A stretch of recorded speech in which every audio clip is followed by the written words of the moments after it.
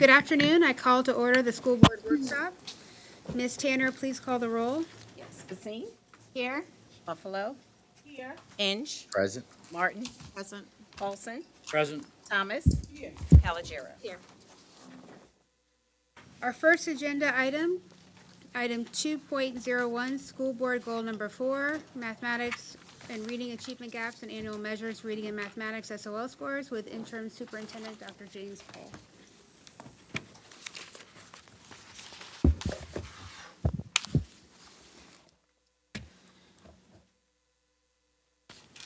All right, good afternoon, Madam Chair DeCalagero, Vice Chair Thomas, members of the board, and others. Yes.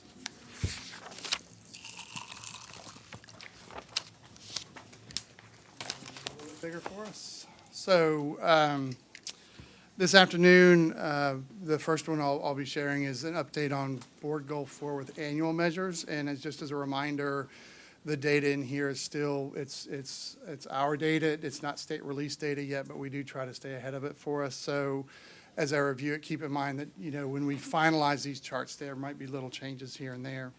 And Goal 4 specifically is related to our gaps in reading and mathematics with the SOL test.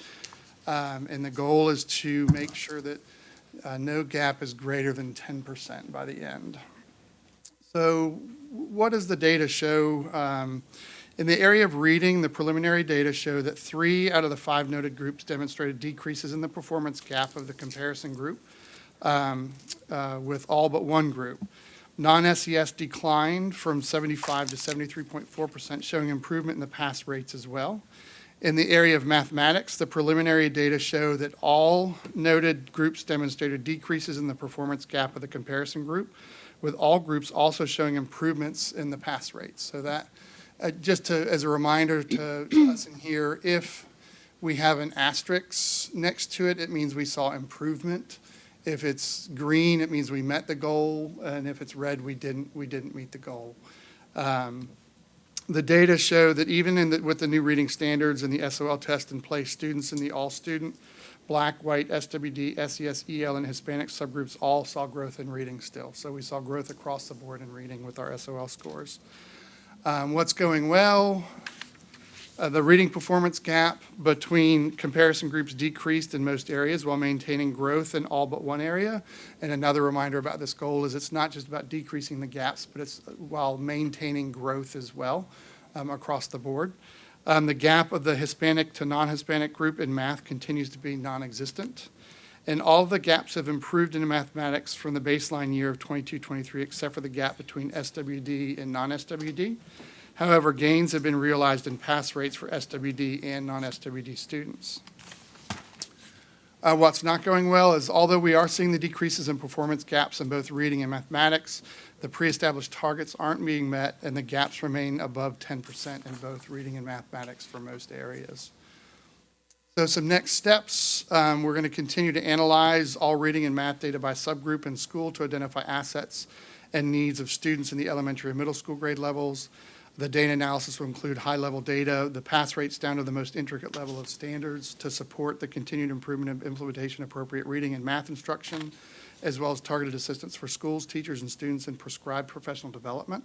Monthly data meetings will continue in collaboration of multiple offices and the school level, at the school level with a focus on the school's comprehensive school support plan, goals, which include reading and math, and their implementation of selected evidence-based interventions, and then collaboration of departments for data analysis and refinement of instructional expectations for student groups. And then to ensure every classroom meets clear expectations for strong instruction, the English and Math Office will develop a professional learning plan focused on strengthening Tier 1 using standard level data referenced above, and refine the curriculum documents to clarify instructional priorities. And one thing that wasn't on this list, but we've talked about before, is also the continued looking at our assessments for the interim measures is something that we're continuing to do. So we had done some work on the STAR, and we're working on the student growth assessment as well to see which is a better comparison to use for next year. So I'll pause there for any comments or questions.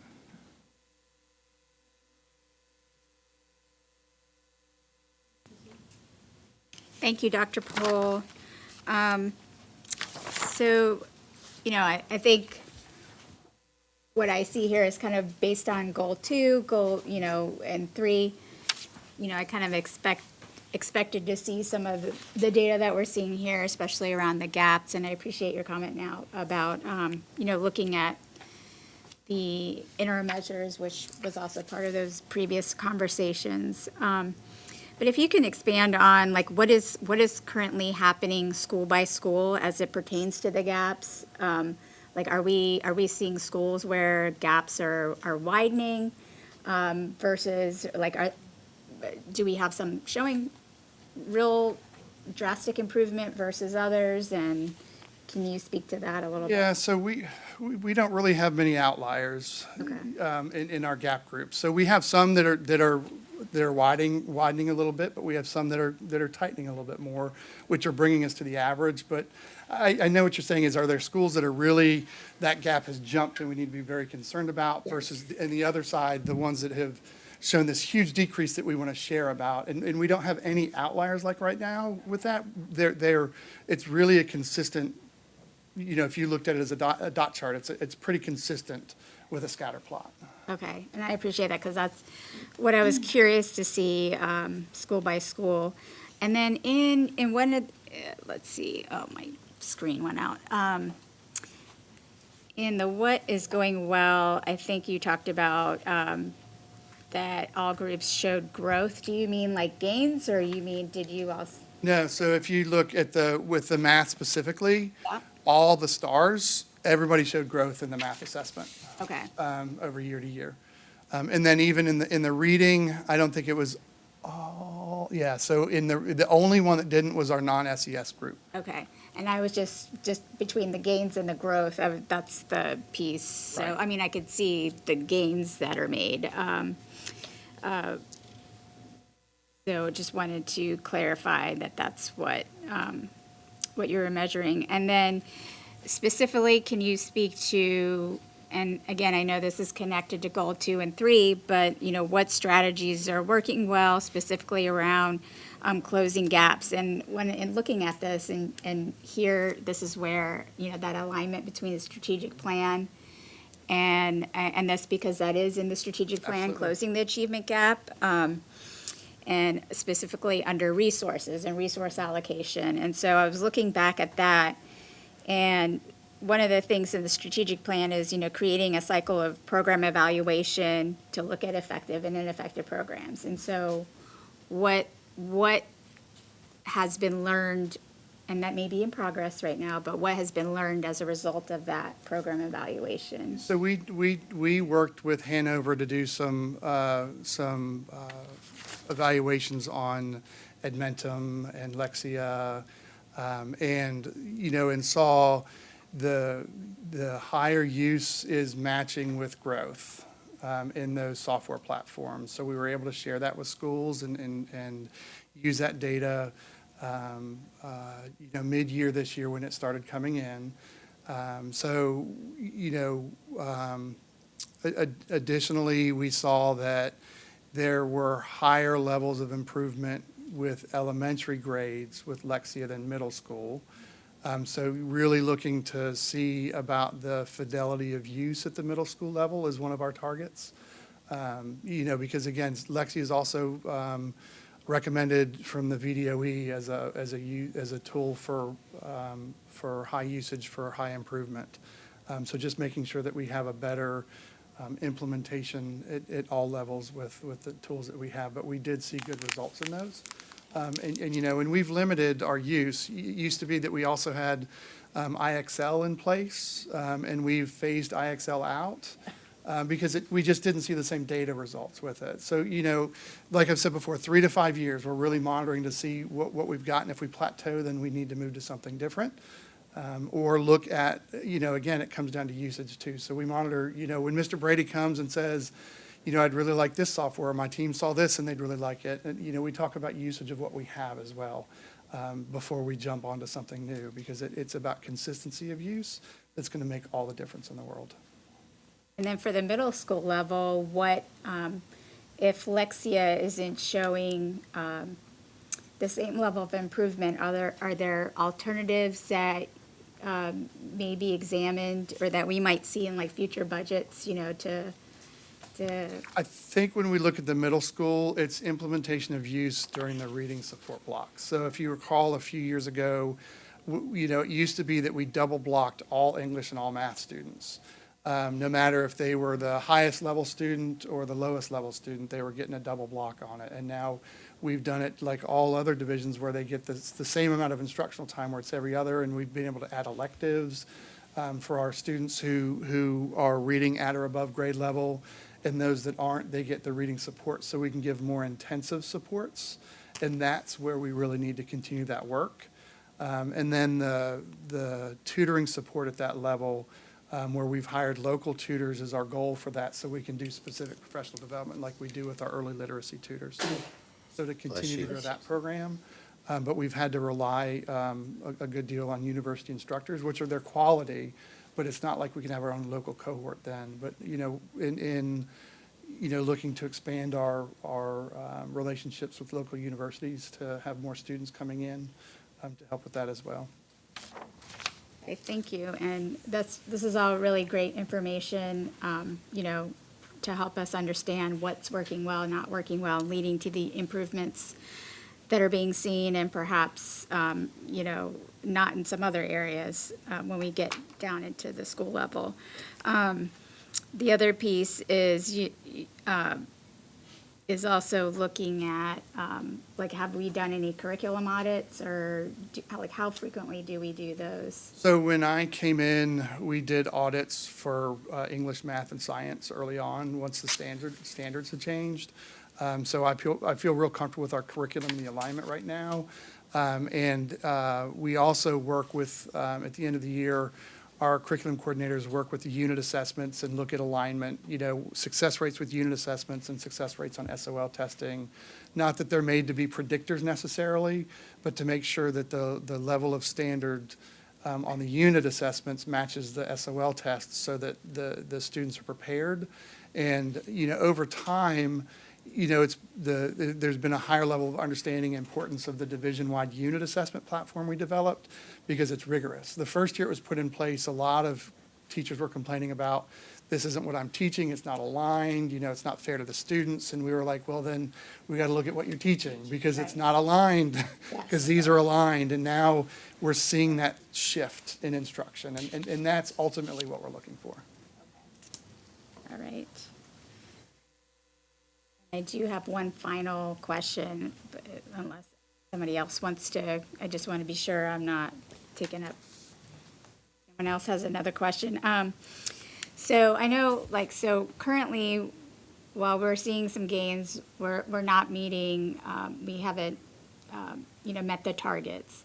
And at the same time, the targets that were established by the administration, for the 5-year period, are still what they are. So, and I've just been trying to think this through because, that gap then, widens between the target and what our actual is. Are we thinking about how do we, because if we keep, I guess, doing what we're doing, we may continue to not meet those targets. That could be viewed as one possible scenario or expectation. But what can we do to accelerate progress so that we are able to meet those targets? And I'm sure that's something you're I wish I had that thinking answer. about. I mean, I wish I had that. I think some of this goes back to even discussions we had a couple of years ago about the data and the target setting. So, when these goals were established, the end of target was established by the board, by discussions with the board, this is where we want to land. And then administratively, we were responsible for trying to find these benchmarks. And I remember a question that had come up at that time, because we kind of just level set at that point. And sometimes when you see it, and I'll do it backwards for me. Sometimes when you see it, when you level set and you're going up, because you're looking to make steady growth, but sometimes the growth is going to go like this and then just jump based off consistent practice change. Sure. But I do think a bigger part of the conversation, and taking CAO hat off and putting interim superintendent hat on, the bigger part of the conversation is, in the 25-26 school year, our goals are starting to expire, right? Our strategic plan, all the measures in the strategic plan go through 26. School board goals go through 26. So it's about, where's that discussion on starting a new strategic planning process where we're together on that, where we're developing combined goals, combined benchmarks. Unknown caller. That we're all together. So I think that's kind of where we are right now. We've learned from this first iteration of the goal setting, of what we need to do and how we can probably do it better together. And that's the bigger discussion. I think, will I say on record that we're going to hit that 75%, for the black subgroup with reading, and we're at 52%? I can't say that on record. Is that our goal? That's our goal. But I think if we work together when we reestablish something to have more common ground on that, we'll see more strength on it. And I appreciate that feedback, so, but that was it for my questions on this goal. Other questions?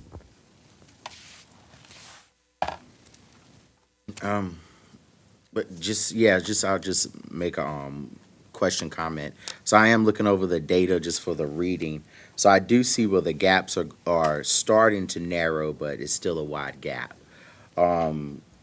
So I know you've went over a couple things that you said that the administration could do to improve, but this has been going over year after year. It's been narrowing some, but also it hasn't been going enough. So what are we doing to address the systematic inequities when it comes to African American students in proportion to white students and also disabled students? Because those gaps for reading are not where they need to be. So one of the things is what I've discussed prior with you is just where we are now with data. Got you. Is a different place than we were 5 years ago. Gotcha. The data at the fingertips and now starting to incorporate some artificial intelligence into the thought process Okay. will really help us differentiate in a totally different way. And at the Summer Leadership Institute, day one is devoted to that, and day two is then devoted to the school CSSP, the Comprehensive School Support Plans, Right. to really create that strong of a plan where we can dig down, with the right technology, we can dig down so much deeper right now and give us more thoughts and ideas and have a different kind of a thought partner with this discussion. Awesome. Thank you so much for that. That's all my questions at this time, Madam Chair. Next, we will review and discuss agenda item 2.02, school board non-negotiables. All right. Good afternoon again, everybody. So this is pretty much it's an annual report on where we are. And this, I think, the same, just piggybacking on what we just discussed about board goal setting, I think the same as we go into it, reestablishing what this truly looks like. So when we look here, our non-negotiable one is about not allowing curriculum instruction that's not aligned with the standards, and inclusive, challenging, culturally and linguistic, responsive, and differentiated to meet the academic needs of every student. And really, the only measure we had for something like this was talking about professional development, and did the teachers see it as useful in their profession.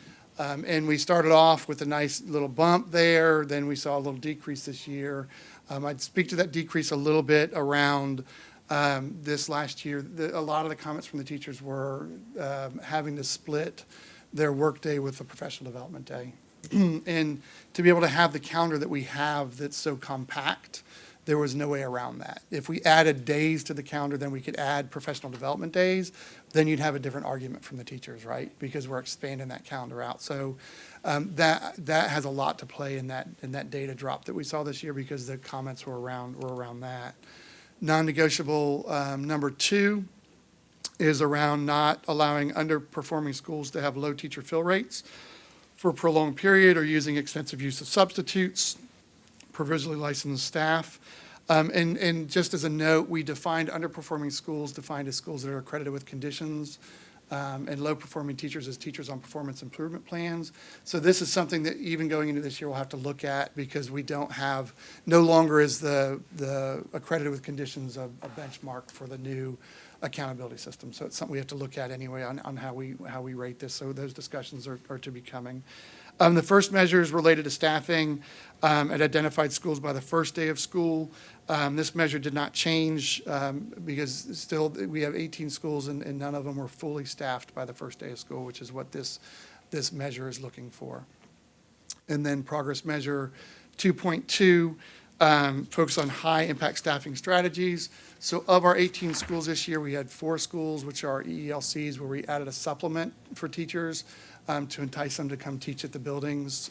So we're at 22.2% there. I was excited at first because we had met that target, but then I was equally as excited because then we realized, wait, Lindenwood came off the list because they were accredited. Right. Because it would have been 5, it was 5 out of 18 because they have the Ignite program over there. But we are at 22.2% for that measure. Non-negotiable number 3, the superintendent will not allow MPS students to be limited by practices that perpetuate systemic racism. So the 2 measures here that we had agreed on was, the first one's around short and long-term suspensions, matching the demographics for the division. For this measure, all areas showed improvement, even though the targets weren't met. And, this was, if you remember, we had a good amount of discussions here because some, when they show improvement, they're showing an increase in the data number. It's because when we are looking at this specific goal, we're trying to get the students to match the demographics. So as some go down, someone's got to go up somewhere. So, that's the measure on this specific one. I have a huge issue with this measurement because if you take the Hispanic students, they have 7% on long-term suspension, and we're saying from 7.0% during school year 22-23 to 14.5 during school year 26-27. So it looks like we want to have more Hispanic students. So Discipline. So not necessarily. So the where we get tied up here, it's 7% of the students suspended are Hispanic, not 7% of the Hispanic population being suspended. So we're not looking to increase that. What we're looking to do is decrease our number of suspensions, and while we're doing that, make it match our demographics more. Right, but you're basically trying to get a group to be, you can tag team. Well, Trying to get a group to have a higher percentage of the where really our focus should be on lessening the subgroups that have higher percentage of suspensions. But once we do that, another number's got to go up. Because if you look, the I last. don't like the way that we, 100%, it's not, but when we were establishing this and we had the same conversations, once, so if we look at our black subgroup, which was at 78.4, if we want to drop them to 56.1, we still have to add to 100 on that target column. Yeah,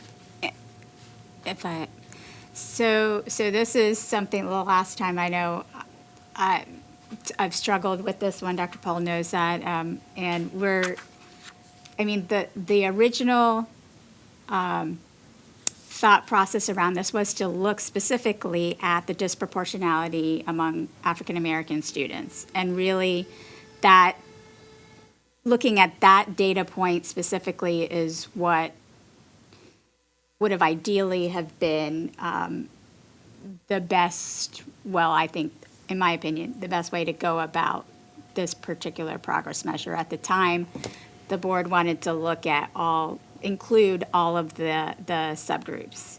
And so what you get by doing that is this mechanism where, with one, which I don't like either. And I think that as you talk about and it seems like Dr. Pohl perhaps also has thoughts about it as well, that I think since we're talking about bigger conversation, perhaps adjustments that may need to be made, that this is one area where if the goal. gotta figure that out, because the goal is not to increase, another subgroup by. But that's how, if you increase another subgroup, you'll decrease the black subgroup. Correct. So it really should read from like 70.4% to no more than 56.1%. And I think one of the things that we should have put on this measure in hindsight is similar to what we did with the gap group, is to have a tagline that says, while not increasing the number of suspensions. Right. Because if you have that on there, then we know we're decreasing the number of suspensions while bringing the percentages more level, then we know we're going to have less, even though they're represented more in the area. But I think this is something we just revisit and we relook at as, I mean, there are so many new board members that it's Yeah, worth it's the same revisiting. thing with 3.2. It is, no, it is the same exact thing with 3.2, because when we get to 3.2, Yeah. we're looking at the same, where we're looking at the enrollment of advanced courses, and it's the same. So now it looks like we're trying to decrease enrollment of our Asian population. Right. Where we're not, we're just trying to increase enrollment of our Black and Hispanic populations and our multiracial population, well, multiracial is actually over. So but when you increase these two subgroups, something's got to change. So because we want a more representative demographic in our advanced courses. And the only way to do that is to level it out across the board. But even if we focus on, so this one could say, while increasing enrollment across the board, leveling out demographically the representation in the, it's the same thing when we looked at the gifted plan and we started the emerging scholars, right? If we're going to increase our subgroups that are not represented as well, it's the gifted population, the numbers are going to change on it. It's going to look like we're decreasing population when we're really not. Trying to make it all I think make we need to sense. rewrite these. Hey, Well, yeah, and I think we were, and just to give a little historical perspective, so I think that was kind of what there was hope to do more intensive work around these non-negotiables, but this is just kind of like we had something. And so we were at the time just happy with having something, but this something, I think it needs to be examined again. I think overall it's an iterative process, right? It is, I mean, exactly. if we really It's want to be a working. board and an administration that focuses on goals, this is our first try. Yeah. Right? And I think a couple board members have said when you've been at meetings, you've been lauded for trying, at least, and Yeah. focusing on the data. Yeah. So what do we do next? Right, yeah, because And that's fine. It's all a learning I'll experience. say, when we go to conference, they're like, they think it's great, we're focusing on student outcomes and want to know more about how we got to this point, even though, like you said, where it's an iterative we may not be doing it super well, but we're making progress toward Trying. that. Okay, yeah, so. Madam Chair, I have Yes, a sir. question. Absolutely. Dr. Poe, can you just go back up to the disciplinaries for me? Okay, so just make sure I'm understanding what I'm reading here, so. To make sure what I'm reading, so from 22-23, we put a target of 78.4, well, I'm sorry, the actual data is 78.4%. That's not of the total African-American population. That's of the suspension. Of the suspension, okay. 78 point. That's why I just gotta keep yeah, remembering it in my head. correct. Okay, all right. So, and then in 23, we set a target of 82. We set a target of 73, but we Correct. actually had 82.2. So we're off track there. Correct. We're making some strides in 24, 25. So disciplinaries for African American students and students of color have always been high with Norfolk Public Schools, which I don't want to call it a systematic racist thing, but what can we do as a school division in addressing the disciplinary rates for our African American students and our Black and brown students? And then are we able to get individual data by school to look and see, are certain schools disciplining students more than other schools? Because I would definitely like to look at that data to see which schools are disciplining more and what are those reasons for discipline. Well, yeah. I mean, the data's, if the board requests the data's, we can pull that from Synergy and have that data. So it's not How a long would it hard. take for you to get that data? I could have it at some point next week. It's just a matter of running the reports and making sure that there's nothing identifiable on it or anything like that. Got it. As far as, what can be done, we do a lot of work with our administrative staff on, our PBIS, our MTSS, and last year was the first year where we really had a full MTSS, the multi-tiered systems of support in place division-wide, and schools were required to have MTSS committees as well. So growing on that process, I think that attributes to where we started to see some of the dips and the changes. Because if memory serves me correct, and the last time I had looked, I believe we also had less suspensions last year than the previous year. So we're going in the right direction. Right. With what we have in place with MTSS and our PBIS programs across the schools. I would be curious to see I'm curious, I want to see the data, for individual schools. Madam Chair, is that something that we could do a consensus on?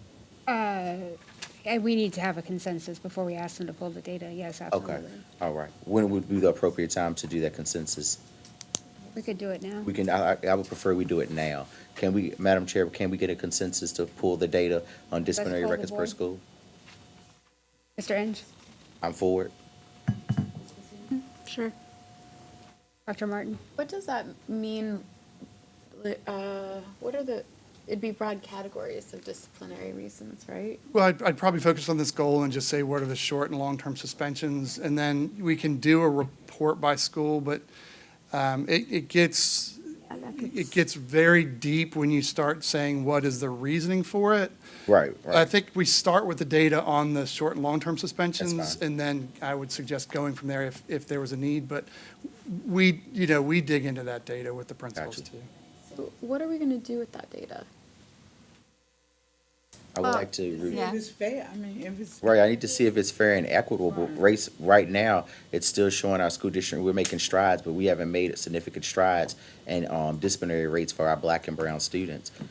I don't understand how we're gonna know if it's fair or not. Like how, if we're just saying long-term, short-term suspension, how do we know? But wouldn't we be given By reasons for the, subgroups. like, Right, they're ID? going by By subgroups. By subgroup. So when you get into the reasons, it gets really deep then, because there are Oh, so many reasons. We don't have categories. We do have categories, but there's so many categories that a child could be disciplined Okay, for. I guess I'm thinking that when we look at the student reports, we have an idea of what happened with the student. Well, I think if we look at, because we can give a school by demographic report overall population.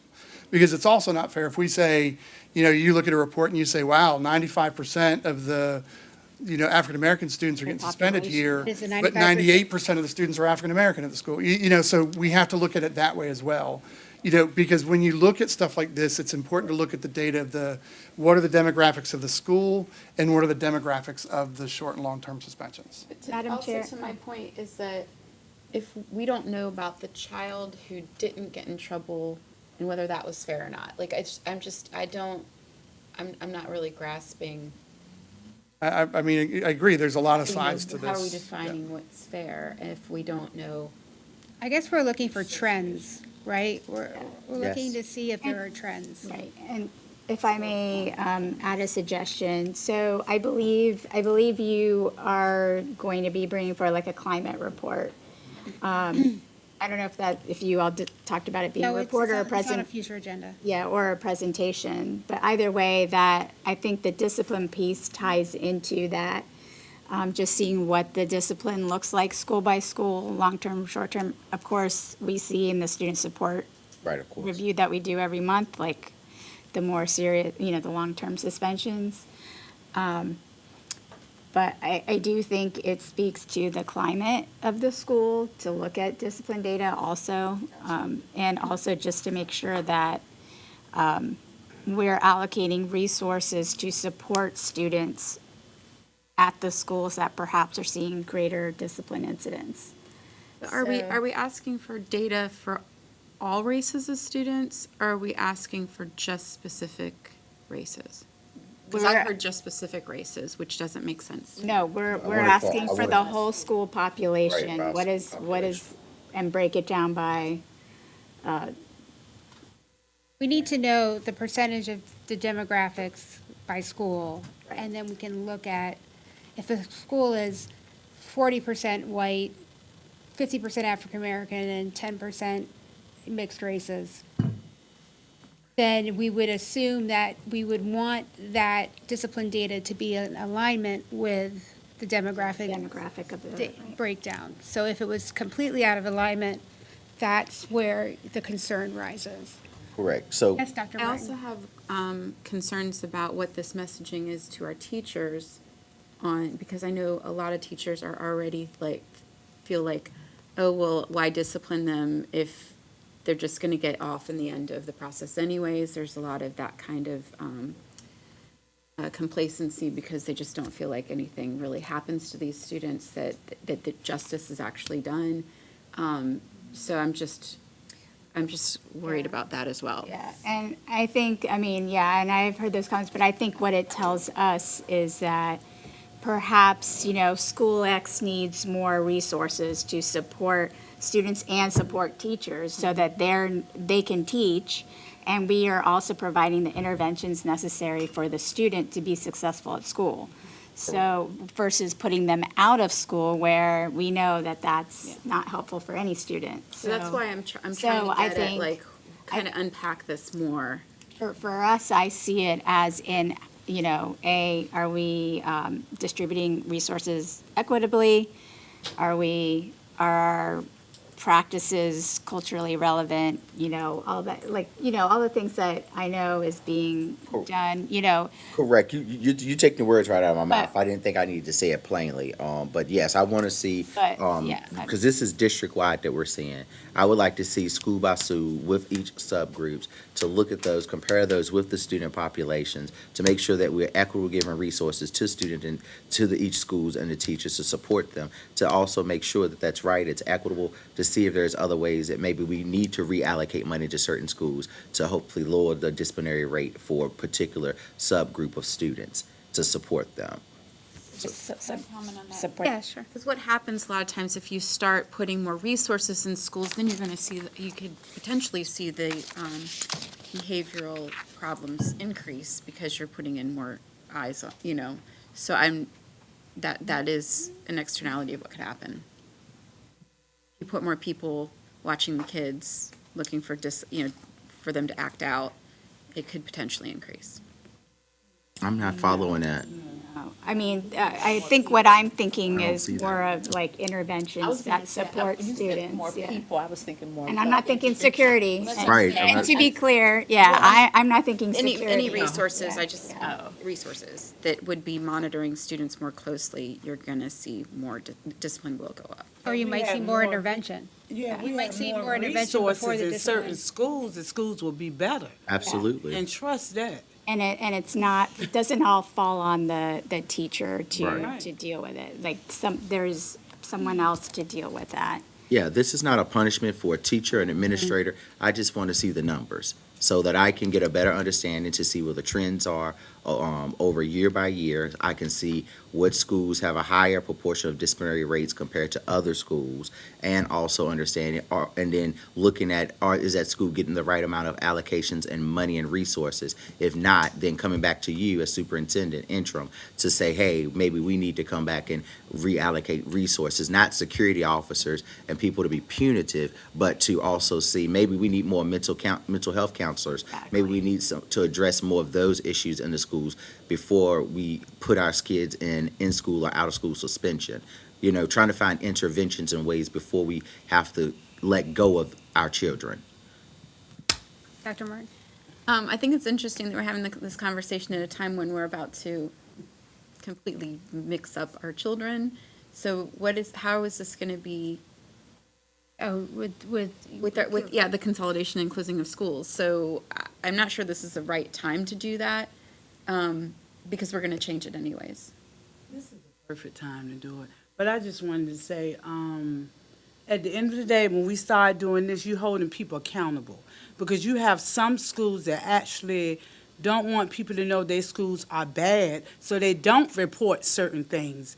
And then you don't suspend the kids that you should be suspended, but then you have some schools that's actually doing their job, and they're going to suspend the kids, so it makes it look like the numbers that we seeing here are right, but they're really not right because everybody's not doing their job.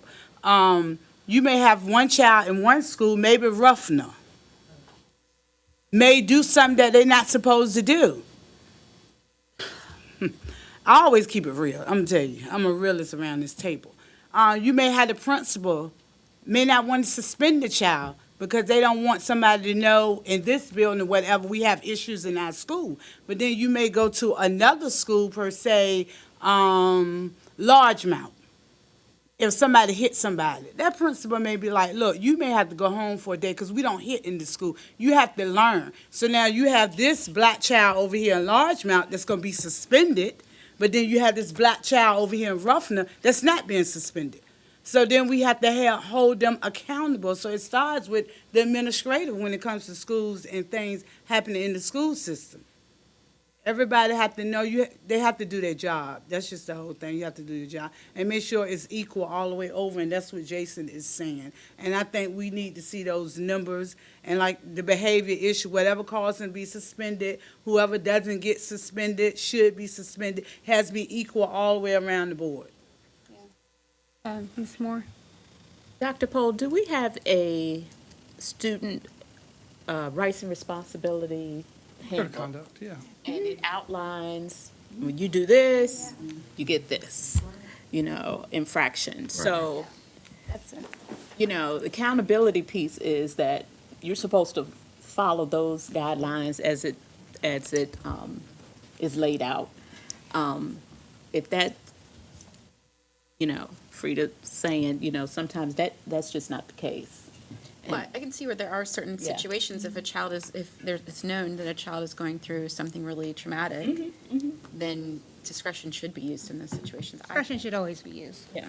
But let's talk about, Chair, if it's we not- want this data report. So, Dr. Martin, I think you're sort of on the fence about this.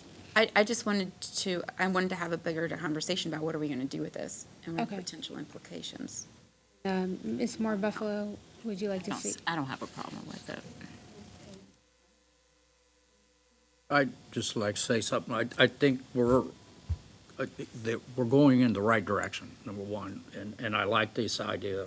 But we need to do, I think, more at the intervention level and before something happens, before there's a statistic. That's what I'm talking Yeah, about. and that's good.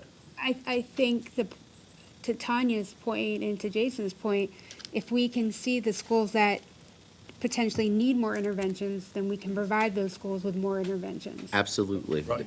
So that their numbers aren't so out of whack from other schools in the district. But numbers are, we have to be cautious with the numbers too, and the way we do this. And I think it's a good idea, and I'd like to see it be successful, that we can bring the numbers down to where they're realistic.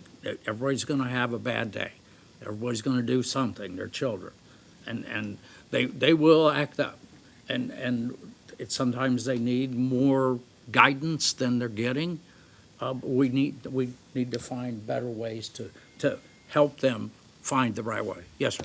That's all. I yield. think we would like to see that So data. could I make a recommendation? Sure. Absolutely. Instead of just supplying you guys with data, how about if I work with Dr. Cataldo and Ms. Hamlin and we just do a discipline report to the board? That would be awesome. That would be That way we wonderful. can have a better discussion about it and we can share the data publicly. Thank you, Dr. Pohl, for bringing that to the table. So it'll be longer than a week. Of course. But, fine. but I'll put it on my notes for agenda planning, and within first quarter, we'll look at the previous year's data once all the dust is settled. We'll look at it by school, we'll look at it division-wide, and we'll look at any discrepancies we say. And then Ms. Hamlin and our EDs can talk to supports in place and what else they'd like to do. Because I do also know some of our secondary folks have been asking for deans, to assist with it. And, if we have, Ms. Thomas had mentioned Ruffner, if we need a dean at Ruffner to help support that so that we can give more supports to it, that aren't just more security, because to Dr. Martin's point, if you're putting more security in, they're going to find more discipline, right? Yep. Right. But if you're putting more supports in, like Mr. Paulson was saying and others were saying, Right. then we can eliminate I'm the looking forward. discipline long-term. So I think if we look at that to do Yeah. a work session on it, I think it would be more valuable than just handing you a packet of data, to be honest with you. Yeah, absolutely. Yeah. Dr. Poole, or Madam Chair, so just a thought, because I know I don't want it to, we're not saying we want this included with this non-negotiable, but I think that is an important piece. And we typically get the equity report in October, I think it is, like some Between October October, and November, November. and I know we look at suspensions as a part of that. By school on there as well. Yeah, by school, and so that might be an opportunity, and I've always thought we needed to have a larger discussion around that equity report, so perhaps this is exactly, maybe, as you guys do agenda planning, that you're looking at how this might fit in there. Yeah, And also, and as I was thinking, I do think disciplines on the school quality profile. I'd have to go is. It look at is. So it is, we do is. have access to it that way as well. It so. is, yeah. It is. Okay. Okay, well, let's move on. All right, so non-negotiable number 4, I believe we're on. The superintendent will not allow major initiatives to go forth or make major decisions without including demographically representative family, student, teacher, and community voice. Measure 1 is about using demographic data in our surveys to make sure they get representation. We did see an improvement this year, but did not meet the target. Measure 2 was that the surveys would be readily available in both English and Spanish as well. We did hit the 85% target, but some did get out without the dual language on them, which we are working very closely on to make sure that we do. With our platform, if everybody follows the right platform that we have in place, there's a automatic way to change language now. So next year, we should see 100% because using the right platform makes all the difference. Excellent. And then finally, measure our non-negotiable 5 focuses on, sorry, flipped too quick. Will not neglect to cultivate a safe, caring, and welcoming environment in any department, school building, and classroom to support the SEL needs of each student and NPS workforce. So measure 1 is students with no disciplinary incidents, and this is where we can tell that my data point was correct, that we saw improvement here. So we had moved from 83.2% to 86.4% of our students that saw no disciplinary incidents over the last year. So we did actually, we met that target. And then the second progress measure is around Panorama, which we had a nice little discussion around during our retreat, in the low response rate that we've realized this year. We did see improvement in both the 3 through 5 and 6 through 12 level. Then the reason we separate those because they're different survey tools for elementary and secondary. Okay. So we saw the improvements there, but again, still not quite meeting the benchmarks that were set, the targets that were set for this survey. And those are the non-negotiables. Questions? So I appreciate the conversation around, 3.1, 3.2, which I'm not going to go back and ask that. And I think generally speaking around all of these non-negotiables, at some point, I'd like to, agree to go back and refine this and expand on really how some of these progress measures really, how well they tie into the non-negotiables. Specifically, I wanted to look at non-negotiable 4, which was really around community engagement. And, these 4.1, 4.2 are, there's, I'm trying to figure out, these are targets that can be met. I think just if planning on the front end is there, we should be able to it seems easy to be able to reach those targets. And the fact that we're not. Met one, didn't meet the Net 1, yeah. Well, we met one, right, and I'm specifically 4.1 there.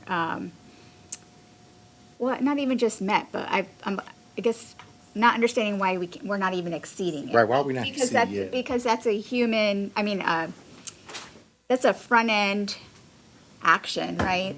So if the non-negotiable is that every survey is gonna have demographic information, then every survey should have it, and that should be, done. We should be hitting, the 100%. Some of these are a little, it's really I can speak to that a little bit as to why we didn't meet the 100% this year, because that was my thought as well, is this is one that we trying to can put it in a nice hit. The part of the reason was, even going into this year, there wasn't a clear path to surveys, and a department could send out a division-wide survey. Now we go through the media team. So now when they go through the media team, one of their items on there is to ensure there's a demographic question on the survey that goes out for the division-wide survey, so that we make sure we have a system in place now for how that works. So there wasn't a system in place before? There was a system, but it wasn't always followed. Let's just say that. Okay. And then we now have a full system that if you're going to do a division-wide survey, it has to go through this route to do it. There used to be a couple ways you could do a division-wide survey, but with the new tool that we have in place now, it goes through our media team to be able to put that survey out and to send out the information on it. There used to be a couple different tools that were used where departments would even use like a Google form sometimes for a survey, but now that we're consistent on how we do that, we've changed that system, that process.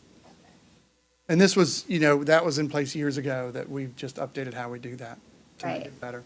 And that's good to know, because as we all know, we're going to be in the throes of community engagement for a variety of things. And I know questions even with the school consolidation conversations is looking at zip code, how are people responding? Are we just getting respondents from one part of the city and not others?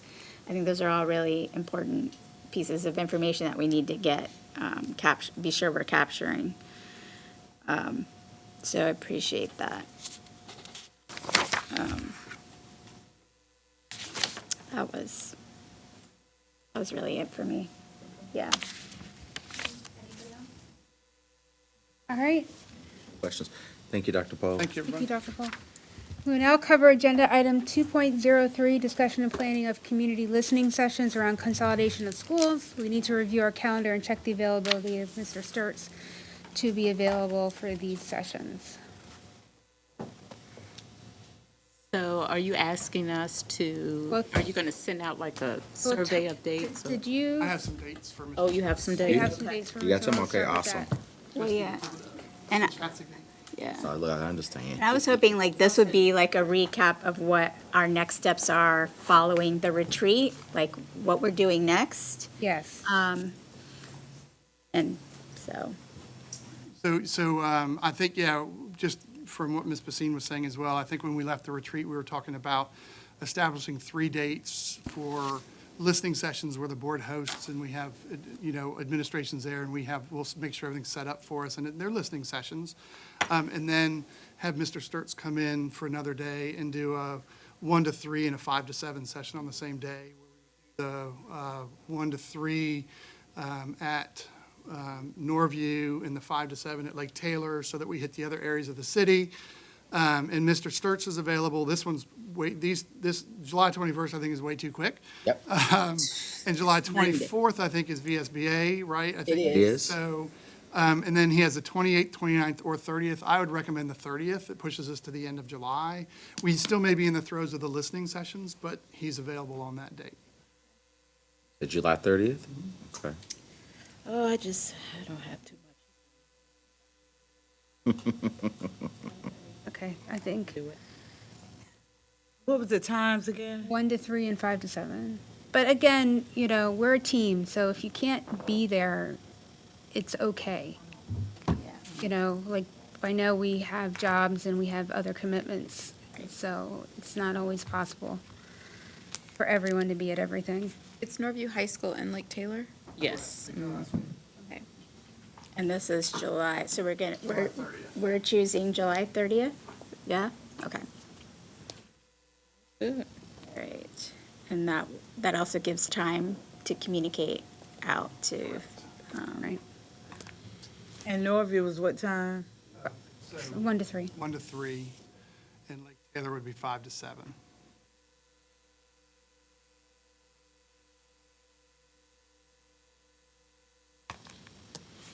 Any way we could get a Saturday hours, non-traditional for those We folks? could host a listening Yeah, could we session host one on ourselves Saturday? on a Saturday. yeah. There's no reason that I we think that would could. be awesome. We can't have listening sessions with some general talking points and just listen to the community without Mr. Sturts. Well, you mean, you don't want to do it without Mr. Sturts? No, I said we could without. Oh, yeah, without him. Oh, okay, I'm sorry, I No, misunderstood I'm you. saying like develop a couple of Yeah, kind of like what we did, yeah, that's, points. We can take the presentation that he The did water. at the retreat Retreat. and just bring it down to like 5 or 6 slides. And like we said, just get, really, they want to see the list to be able to talk through the list. So we can, so it's consistent with all 3 meetings. okay. Cool.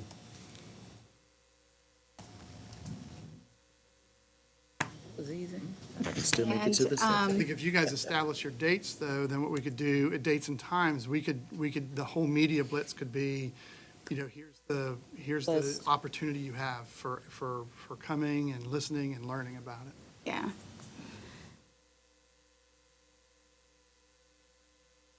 Well, I'll throw out, I'm available during the day on the 26th if anybody would like to do a Saturday session. Which day was that, Sarah? Saturday, July 26th is the day after the conference, but we're coming back Friday. Yeah.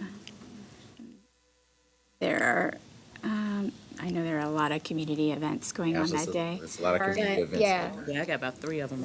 So Me too. that's going to be the struggle with Saturdays is, but I even wonder, like, even tagging on, like,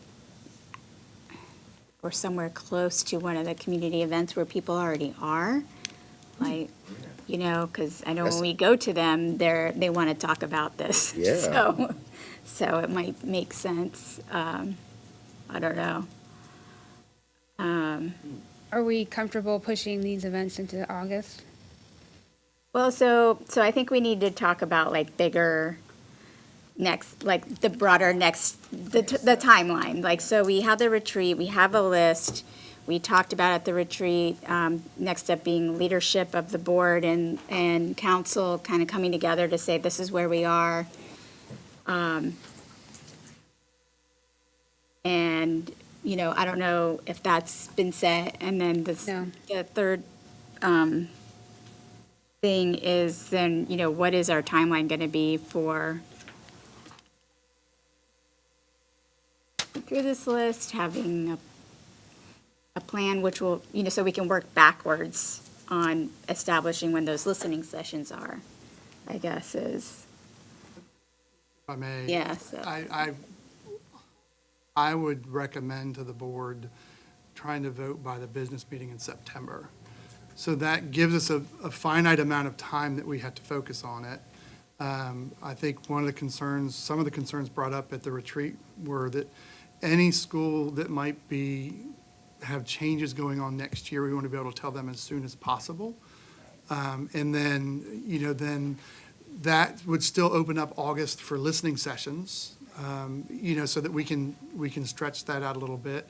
School will be back in session where we could still have some listening sessions at that point. After school starts, which is correct. probably So, better time to hold them because people will be back in school head mode. right, and then if we publicize the dates soon enough, we have the business meeting in August and the business meeting in September where we have public comment available as well.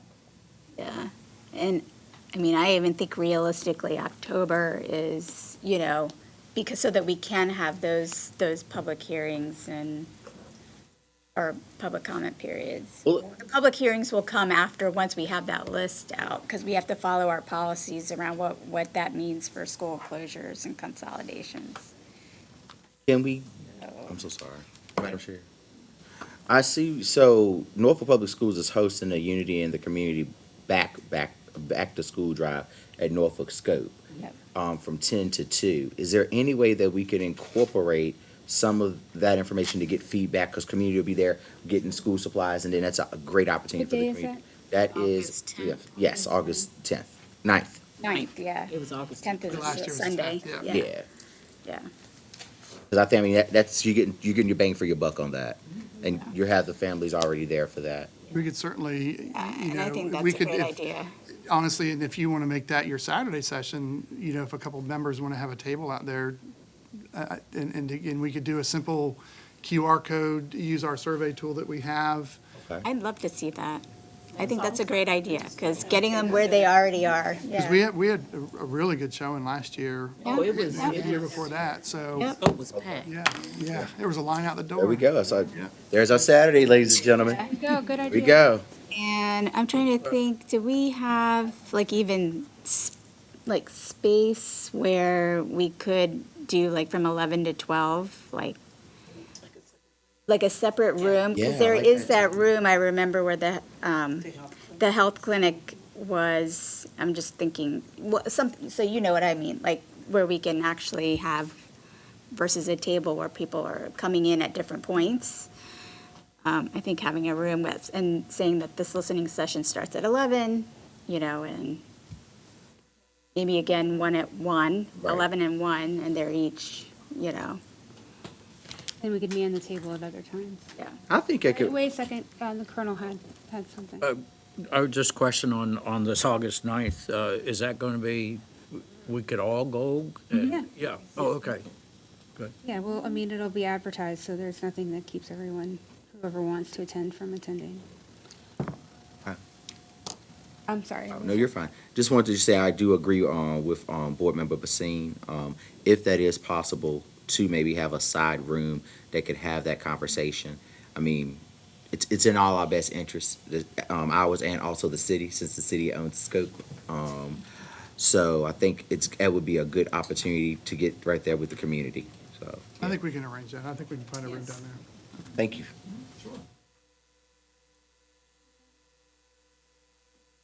We have one date. Of one Right. date, Okay. 2 dates.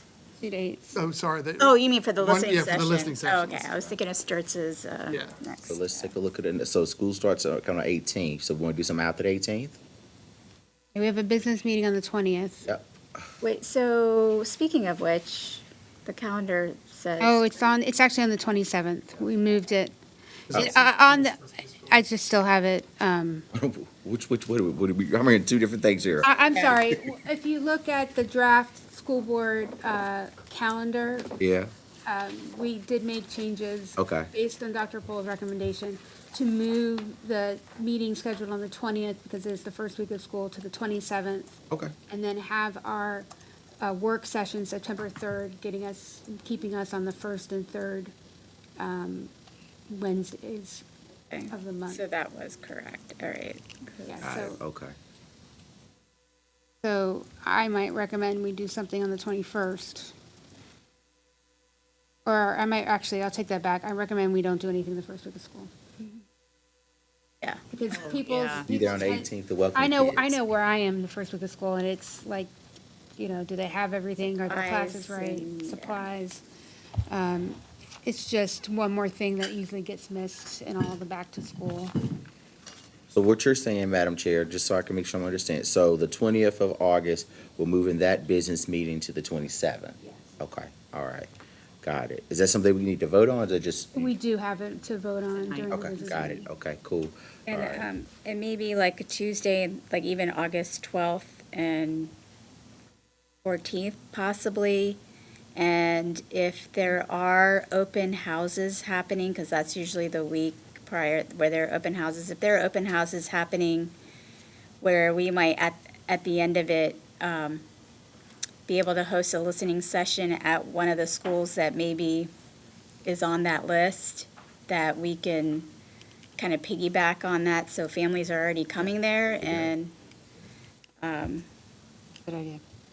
that's another So thing. the- Do you know when all of the open houses are happening? I don't have the full schedule yet for the open houses. The only thing I would caution Okay, is when we do it at an open house, you're going to have packed parking already. And then if you're adding a citywide event on top of that open house, That's a lot. and then, so you might have people say, well, I was at the open house, so I got to slip into this meeting, and someone from a different school saying, well, I couldn't come because it was so full already. So I think it's a good idea, but yeah, that's a good Open point. house, That's a good point. Parents are trying to gather information and get They're their. already they need to already be overwhelmed. Yeah, Laser focus on getting their, That's too the much information. information. Yes, so Yeah, it's, honestly, if we're gonna do something on August 9th, I would not recommend doing anything until the week of the 25th. get through the first week of school, I agree. and then That's a make lot. some plans. So some schools have back-to-school nights. We could, which are well-attended, but in my experience over the last 18 years, they're not as well-attended as Secondary. like the open houses. So if we could, if we could have something an hour before an open house at one of the affected schools, that might be something to look at. Yeah, So- that could be an option, yeah. Just to caution, though, we're only looking at elementary schools right now. So you're looking at the schools then to hold a session with the most limited parking and most limited space. Right.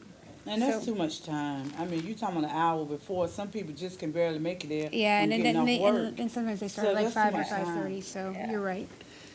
So we need to probably, should we just focus our listening sessions at larger places like high schools then? Or at rec centers, or, yeah, I mean, Jordan Right. Newby, Pretlow. libraries. Right, because yeah. Norview Elementary is on the list to close, and Norview Community Center is right next door to it, so that's a good opportunity. The gymnasium's there. I see there being facilities that we could use that have the capacity that Yeah. are near those schools that are recommended. Jordan Newby's a great spot too, yeah. And if you hit Newby and Pretlow, you're at both ends of the city. Exactly, yeah. So we could plan on doing that. And maybe we can figure it out Offline. offline, yeah. So what we can do is we'll start advertising the 30th for Norview and Lake Taylor High School, and tied into our Unity in the Community on the 9th, that there will also be a listening session for that, for the school consolidation. So we'll start getting that out there right now so that we can drum up support. And then once the board finalizes the other two dates, we'll just start adding that on so that we can get it.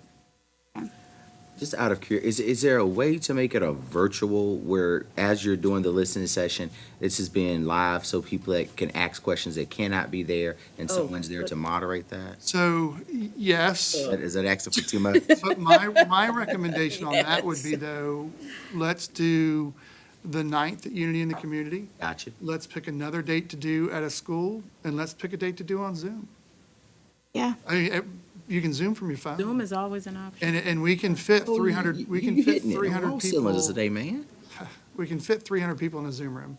Yeah. So, Right, but there are some precautions you need to take because you need to have, people could, I've done those. right. And you have to almost have signups or, Yeah, and registration. you have to Yes, have yeah. somebody, Say, yeah, maybe facilitating it. webinar format, but still they're able Correct. to ask questions. Yes, So- you can do a Yeah, they have webinar to with a sign Q&A up. sideline. And then what yes. we do is we just make sure that someone's there for the Q&A. Yeah, there you know, go. and some of it's also about just, it's their listening sessions. They're listening. So So it could be where you could do a webinar format, and I think you can open the mic based off the Q&A part. We can research that and see, so that it isn't just people can unmute and say, because you can't have a classroom version of it. Absolutely. You need to do a webinar kind of need to do version. a webinar. Sort of like when we used to do the board meetings via Zoom. People could log in and watch, but they didn't have the rights to turn their mic on. Right. So let us research that, but there's definitely a way to do a virtual aspect to the meeting. And if not, then we could do a live one, and we could at least broadcast it like we do board Stream it. meetings, and we can Information. put keep a QR code on the screen, leave your comments at this site. Got it. I love it. We'll figure something out. Once we have the dates, we can do that. I appreciate your innovation. Effort. So we're looking for 2 more dates.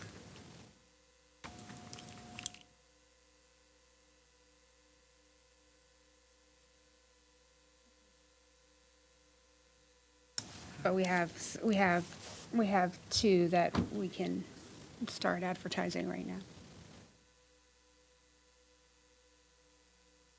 All right. 2 to advertise, and then also we're doing the 9th one as well, correct? Yeah. We're going to advertise the 9th and the 30th. Got it. Okay. All right, cool. So that's 3 different opportunities for people to come out. Okay. Cool. So I think we are done with that for today. Can I get a motion to go into closed executive session? Madam Chair, I move that we go into closed executive session. Do I have a second? Second. Mr. Inge has stated the motion and Ms. Thomas has seconded it. Any discussion before we move into about going into closed executive session? All right, Ms. Tanner, please read the motion. Move that members of the school board of the city of Norfolk go into a closed meeting for the purposes which are set out in subsection A of section 2.2-3711 of Virginia Freedom of Information Act as amended for discussion, consideration, or interviews of prospective candidates for employment, assignment, appointment, promotion, performance, demotion, salaries, disciplining, or resignation of specific public officers, appointees, or employees of the school board pursuant to subsection 2.2-3711A1 of the Act. The subjects covered by this exemption are the discussion of persons and personnel actions included for vote on today's personnel report and discussion of investigations and pending and future personnel actions concerning current and former specific employees of the school board, discussion or consideration of disciplinary and any other matters concerning students in Norfolk Public Schools that would involve the disclosure of information contained in a scholastic record pursuant to subsection 2.2-3711A2 of the Act. The subject covered by this exemption is the discussion of students on today's regular student support agenda and the discussion of the award of a public contract involving the expenditure of public funds where discussion in an open session would adversely affect the bargaining position or negotiating strategy of the public body pursuant to subsection 2.2-3711A29 of the Act. The subject covered by this exemption is the discussion of the award of the comprehensive agreement under the Public-Private Education Facilities and Infrastructure Act of 2002, Virginia Code 56-575.1 at sequence PPEA, to Heartland Construction Incorporated for the final design and construction of a new Maury High School academic building, athletic facilities, and campus, in consultation with legal counsel and briefing by staff members pertaining to actual or probable litigation or regarding specific legal matters requiring the provision of legal advice by counsel pursuant to subsections 2.2-3711A7 and 8 of the Act. The subjects covered by this exemption are the matters set above in subsections A through C of this motion. Basine? Aye. Buffalo? Aye. Inge? Aye. Martin? Aye. Paulson? Aye. Thomas? DeCalagero. Aye.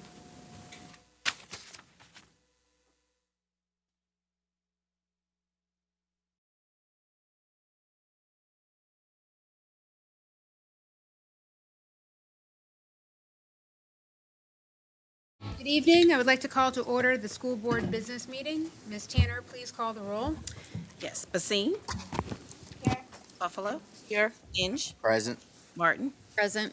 Paulson? Present. Thomas? Here. DeCalagero. Here. Agenda item 4.03, please rise while we will have the Pledge of Allegiance.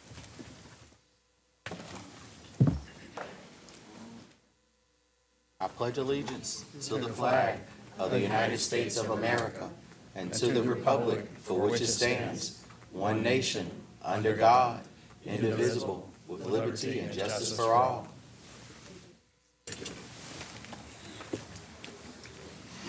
Agenda item 4.04, can I get a motion to adopt the school board business meeting agenda? Madam Chair, I make a motion that we adopt the school board business meeting agenda. Do I have a second? Second. Go ahead, second. Mr. Inge has brought forward the motion, and Ms. Thomas has seconded the motion. Is there any discussion? Yes. I was going to, yes, sir. I'd like to remove the meeting minutes from June 11th from the consent agenda at 5.07. There's some corrections that need to be made on that.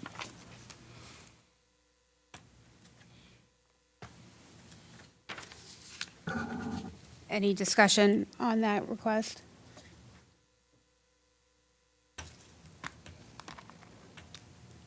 All right, so Ms. Tanner, please call the roll on sorry. To adopt the school board business meeting agenda with the amendment that put forth by Colonel Paulson. Oh, Madam Chair, Yes, ma'am. there's an additional amendment. Yes, I was going to have that be separate. Oh, okay, sorry. Then I retract that. Okay. Ms. Tanner, please call the roll. Singh, Aye. Buffalo, Aye. Inge, Aye. Martin, Aye. Folson, Aye. Thomas, Aye. Calagero. Aye. At this point, I would like to bring to the board's attention that according to our PPEA guidelines, it indicates that the city council will first vote on the Maury Comprehensive Agreement prior to the school board taking a vote. As city council did not take a vote on this last night, I would like a motion to remove the discussion and vote from the agenda. That would be agenda item 6.02. 6.02. I move that we remove item 6.02 from the agenda. Do I have a second? I second. All right, in terms of discussion, I want to point out that the Maury Comprehensive Agenda basically is approving the plans for the site only which on Maury sits. It is independent of the discussion about the Ghent school site. So when we do vote on that, we will be voting on the schematics as presented. We will not be voting on whether or not to move or move the Ghent facility. That is school consolidations and closures, and it does not have anything to do with the Maury Comprehensive Agreement vote. Any other discussion? Ms. Tanner, will you please call the roll? Singh, Aye. Buffalo, Aye. Inge, Aye. Martin, Aye. Folson, Aye. Thomas, Aye. Calagero. Aye. All right. Moving on to the superintendent's report. Dr. Polk? Thank you, Madam Chair DeCalagero, Vice Chair Thomas, members of the board, members of the community, members of Norfolk Public Schools. I'm excited tonight to present the superintendent's report that'll highlight a few summer programs as well as our summer school graduations. So with no further ado, please roll the footage.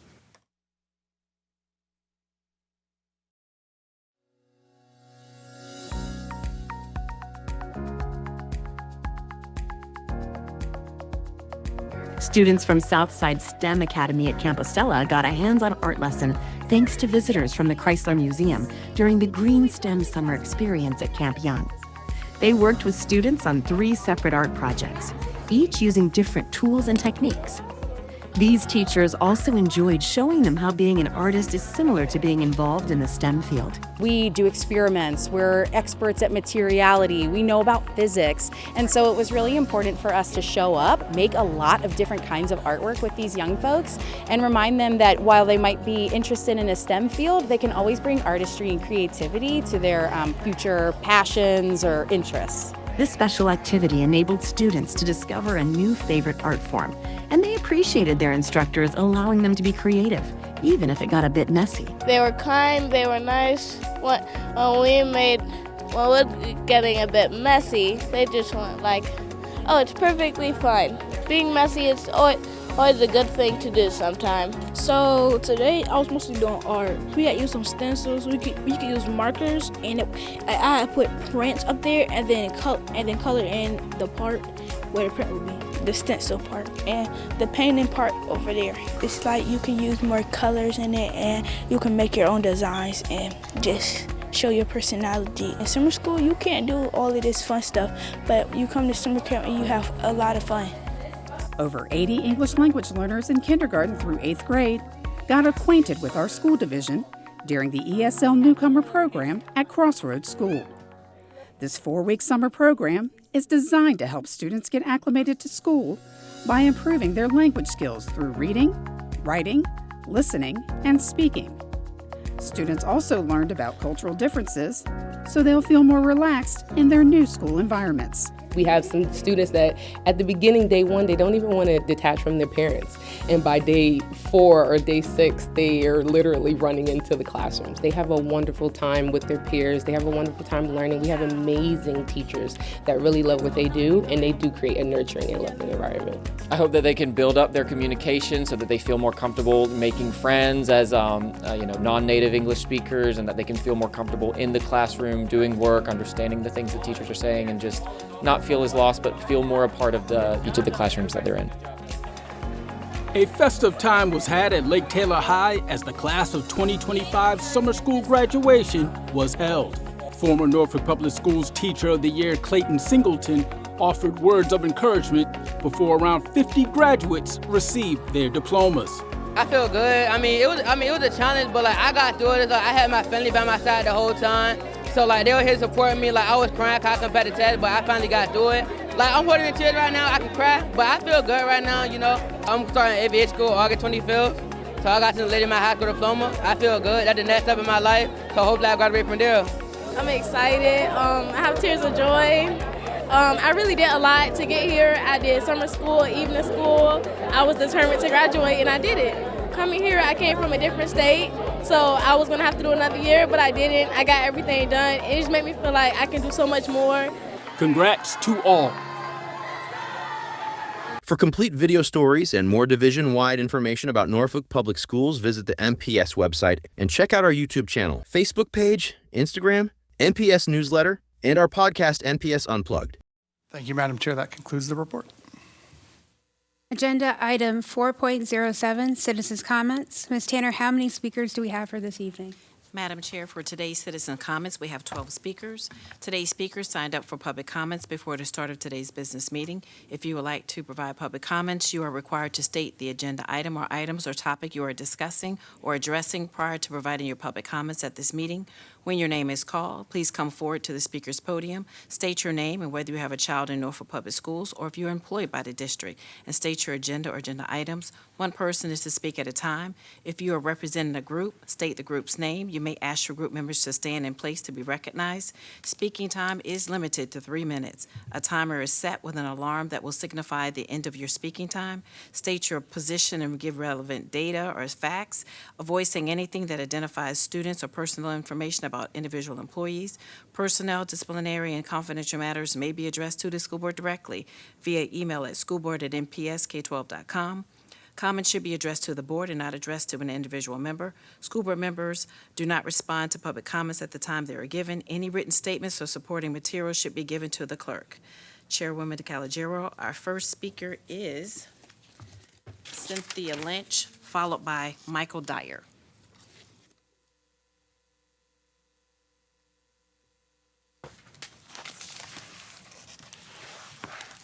Reading School Board Chair D. Calagero, I'm gonna get it. Vice Chair Thomas, school board members, Interim Superintendent Poe, administrators, and guests. My name is Cynthia Lynch. I am a lifetime resident of the city of Norfolk, a product of Norfolk Public Schools, and have been employed with Norfolk Public Schools for the past 38 years. You did not have to do what you did, but you did. And this evening, I stand before you to publicly say thank you, both personally and on behalf of many others who are benefiting from your actions. As a board, you conducted yourselves with professionalism, integrity, and courage by listening to employees, asking thorough questions of the administration, and making a difficult decision, but necessary decision. Your actions spoke volumes to the Norfolk Public Schools employees at step 30 on the pay scale. Not only did you correct a flaw in insensitive compensation proposal, but you also reinforced the principle of equity among employees. Yes, your vote secured for us the same 4.5 cost of living adjustment that others receive. But more than that, it affirmed that Step 30 employees are seen, valued, and appreciated for our years of service, our institutional knowledge, our skills, and our unwavering dedication to Norfolk Public Schools. We recognize and appreciate your transparency and validation. Your continued commitment to the students, employees, and community of Norfolk Public Schools is both appreciated and supported. Please continue to move forward knowing that you are making a difference. We, the Step 30 employees, cannot fully express our gratitude, nor could everyone be present. However, I would like to read a few names that wanted to say thank you.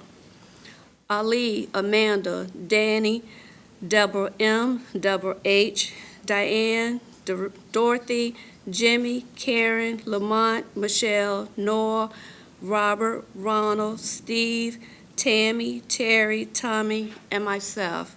We applaud you.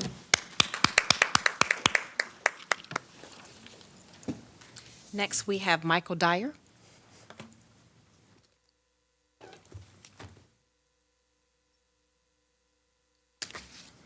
Good evening, Chair, Board Member, Superintendent. My name is Michael Dyer. I stand before you not as a parent of a Norfolk Public School student, but as someone deeply invested in the success and integrity of this district. I'm a teacher at Granby High School. I'm here once again to speak on an issue that has been ignored for far too long, the ongoing pay and equity injustice faced by NJROTC teachers in Norfolk Public Schools. This marks the fourth time I've addressed this board on this matter, and I want to make one thing clear. I will continue to speak at every opportunity, every month if necessary, until this inequity is corrected. We are a small group. There's only 12 NJROTC teachers in the district of over 4,700 full-time employees, but do not mistake our size as insignificant. We are few in number, but we are unwavering in our commitment to fairness, and we are not going away. Let's be honest. We should never have had to been here in the first place. This issue should have been resolved with MPS when it was first came to light. Last year's budget promised step increases to all full-time employees. That was what was written, and that was what was communicated. My colleagues received them, principals, cafeteria workers, custodians, and the very teachers I've taught beside for the past 13-plus years. But NJROTC teachers, despite being full-time employees, received nothing. Worse still, some of us received emails from Human Resources explicitly stating that we would be receiving 2- or 3-step pay increases. These were not vague assumptions, they were official messages that turned out to be false promises. Then came this year's budget, a 1-step increase and a 4.5% cost of living adjustment for all full-time employees. Yet again, NJROTC teachers received nothing. If MPS had simply followed through and treated its employees fairly, if MPS had done the right thing, we wouldn't be here. But I am here because it's more than just a paycheck. It's about respect, equity, and accountability. In NJROTC, we teach our young cadets to lead with honor, to serve with integrity, and to always do the right thing even when it's hard. That is an example we try to set every day, and yet here we are fighting for the very fairness that we teach. This is not a bureaucratic oversight. This is discrimination, plain and simple. When a specific group is repeatedly excluded despite being promised otherwise, it becomes a systemic failure. So tonight I urge this board to stand up and do what is right, not just for NJROTC teachers, but for the values that MPS claims it represents. Let's fix this. Let's restore the trust, and let's end the discriminatory practices now. I thank you for your time, your attention, and the opportunity to be heard.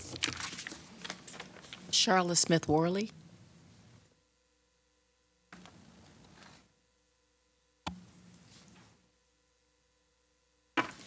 School board members, Dr. Pohl, and the community. My name is Charlotte Smith Worley. I presently serve on this facilities committee, although over the last 17 years, I have served on various iterations of the same committee. I have learned a lot. One thing is we are not closing any schools. Don't panic your community by saying we're closing schools. We're closing buildings. The building does not make the school. It's the faculty, the administration, the support staff from counselors to janitors to parents, and most importantly, the students. It's a dedication of that school community that makes a school successful, not the building. 2, do your job, make a good decision based on facts. The hard work is done. You have before you a timely, data-driven plan as requested. You need to have the same perseverance and objectivity that the committee had. Previous boards got sidetracked by listening to the wrong people and refused to make timely, hard decisions. Don't let this happen again. That is exactly why NPS has so many aging and underutilized buildings. When the board appointed this committee, we had deadlines and we met them. We were charged to do a job and we did it. We pushed through personal opinions and emotional attachments to give you this plan. The council has given you a reasonable target of closing at least 2 buildings each year. This recommendation gives you more than 2 buildings that could easily be closed. If you, the school board, decide to slow this process down, and I hope you don't, you may be asking for repercussions from City Council. 3, make a commitment to transparency. There was no transparency when an in-depth presentation on building closures and school consolidations happened at your retreat, and you decided not to live stream or even record or do whatever you could to make that presentation widely available to as many as possible. Your consultant did an excellent job explaining the rationale the committee used to arrive at their decision. Your community deserved to hear that presentation.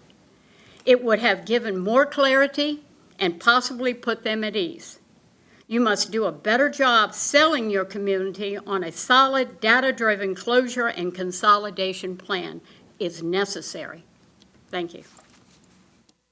Liz Alpert.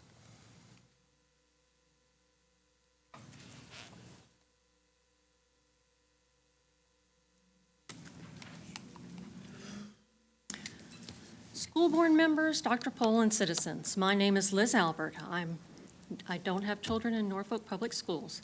I'm here to express my concerns regarding the way Dr. Birdsong was treated by certain members of the board, because I believe their actions have real implications on how the search for a new superintendent will be handled. The first WHRO investigative article by Jim Morrison made public former board member Rodney Jordan's threatening conversation with Dr. Birdsong, in which he said that if she took the superintendent's position, it would, quote, ruin her career, unquote. Also made public was the fact that the 3-member anti-Birdsong faction of Mr. Jordan, Mrs. Basine, and Mrs. Moore Buffalo sent the superintendent more than 3,000 emails in 10 months. Rodney Jordan also led the faction in a move to terminate Dr. Birdsong's contract on an earlier occasion, going so far as to contact the city's attorney's office covertly and without including other board members in the conversations.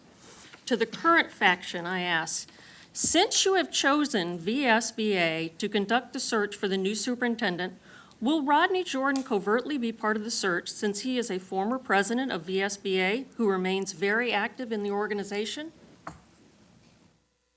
I also ask this. Did you rush through the termination because you already had someone specific in mind that you wanted to be superintendent instead? You could have just waited for her contract to run out, but you were in too big a hurry. When she would not meet your demands to sign a separation agreement and leave quietly, you quickly voted to terminate her. In your haste, you failed to comply with state law that requires a severance package be made public prior to a vote for termination. Also, the board did not bother to follow her contract and give her a 90-day written notice of termination. I ask, what candidate for any position would trust you to honor your agreements and the law, considering this miserable track record?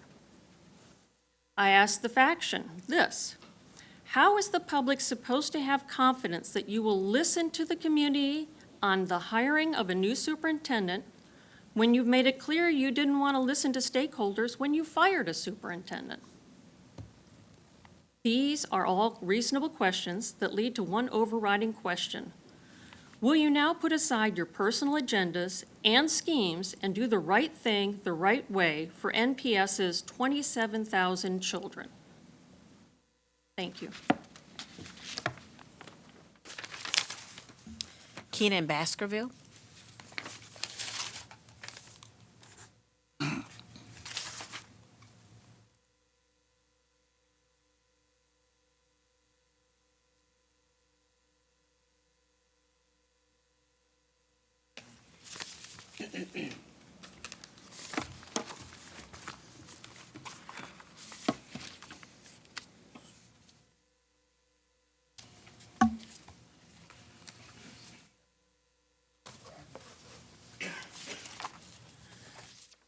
Y'all got enough down on that end?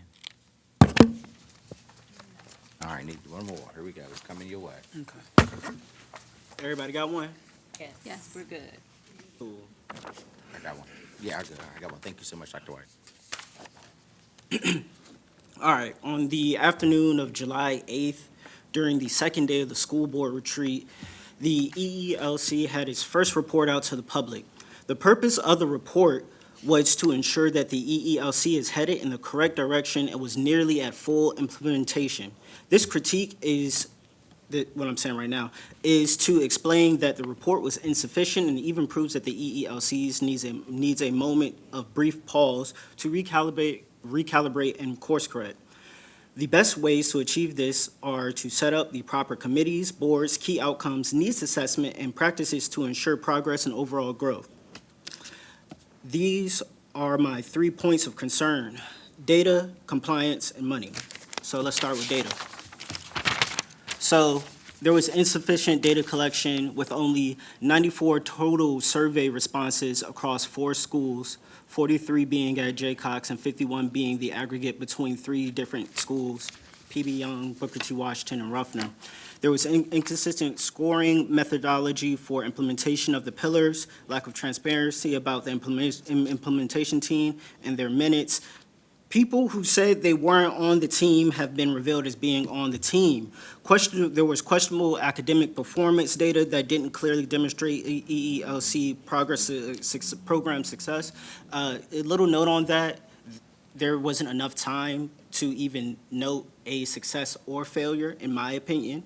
But we were kind of told that, hey, we did well. The sample sizes were way too small. Quantitative research requires that you need a sample size of at least 10% before you can use a set for sample sizes to make data interpretation. Otherwise, it's unreliable. So let's move on to compliance. The EELC said they're in compliance with the Virginia Department of Education's Community School Framework when they first started on the online 2024 overview. Are they still in compliance? In what way are we keeping an eye on this? I don't think they are. At the meeting, the EELC team tried multiple times to distance themselves from the term community school. Which is it? Are we using community schools or aren't we? Lastly, we need to figure out, before it's too late though, I'm sure the grants that were applied for were utilized community school money and language to acquire them, which brings me to the overview is very in-depth. So I'm just going to skip to the end. There can be danger in approaching these metrics with a quick fix mentality and giving up when there isn't immediate improvement, but part of what's alarming here is that it feels like there's a rush of NPS's part to declare what's already been done with the EELC's a success rather than to engage in a deeper, more reflective process of improvement led by serious community engagement. Mr. Baskerville, your time is done. I got you. Thank you. Elise McMath.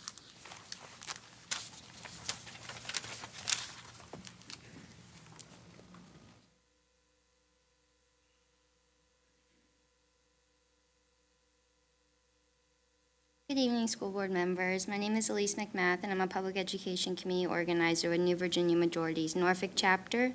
For nearly 3 years, we've been advocating for a community school model here in Norfolk. Our coalition played a key role in the creation of the Equity and Excellence Learning Centers, now going into year 2 at Jay Cox, P.B. Young, Ruffner, and Booker T. We're here tonight because we're deeply concerned about how this pilot program is being implemented. Last year, after EELC funding was approved in the fiscal year 25 budget, there were no public updates until the EELC Expo in September. At that point, it became clear that no needs assessment had been conducted, despite this being the #1 best practice recommended by the VDOE for community schools. While some after-school enrichment programs were offered, they were not community-driven nor accessible to those who need them most. So we collected our own data. As you've heard repeatedly, Jay Cox families identified before and after care as their top need, but it's still not being prioritized. We've heard that Champion Services may return to Jay Cox, but there's no clarity on whether this is in any way connected to the EELC program. If it were, we'd expect that the pilot funding help eliminate cost barriers so families can actually access those essential wraparound services. Instead, there's still to this day no transparency around how EELC funds are being used, and that's especially troubling as the district considers closing up to 10 schools, mostly elementary. At a time when Norfolk is weighing large-scale disinvestment in our public schools through closures, the EELC pilot program has the potential to be a model of meaningful investment, but it can't serve that role if it's being poorly managed, hidden from public view, and completely out of touch with the communities it's supposed to serve. Equally concerning is the lack of accountability. At your recent retreat, there was no data on key outcomes like enrollment, absenteeism, or academic and behavioral changes, metrics that are crucial for understanding the program's impact. We're asking the board to adopt clear oversight, ideally through a community advisory committee for each EELC school, similar to your SEAC and GIAC committees. We want the ELCs to succeed, but without immediate redirection, it will likely become yet another failed pilot and waste of taxpayer money. Thank you.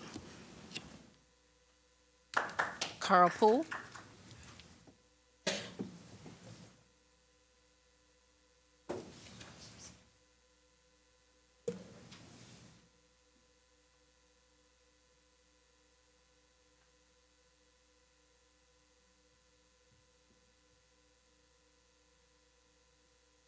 Good evening, Chair DeCalagero, members of the board, and Dr. Pohl. My name is Carl Poole, and I live at 9424 Peachtree Street in Norfolk. I don't have children enrolled at NPS. However, I began my educational journey in this district, and I care deeply about the decisions impacting students, families, and the schools here. This evening, I'm formally submitting a request for documents under the Virginia Freedom of Information Act in regards to the Equity and Excellence Learning Centers, EELC pilot, which is being implemented in select NPS schools.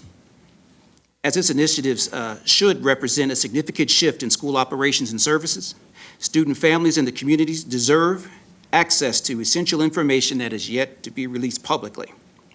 To help minimize costs, I respectfully request electronic documents only.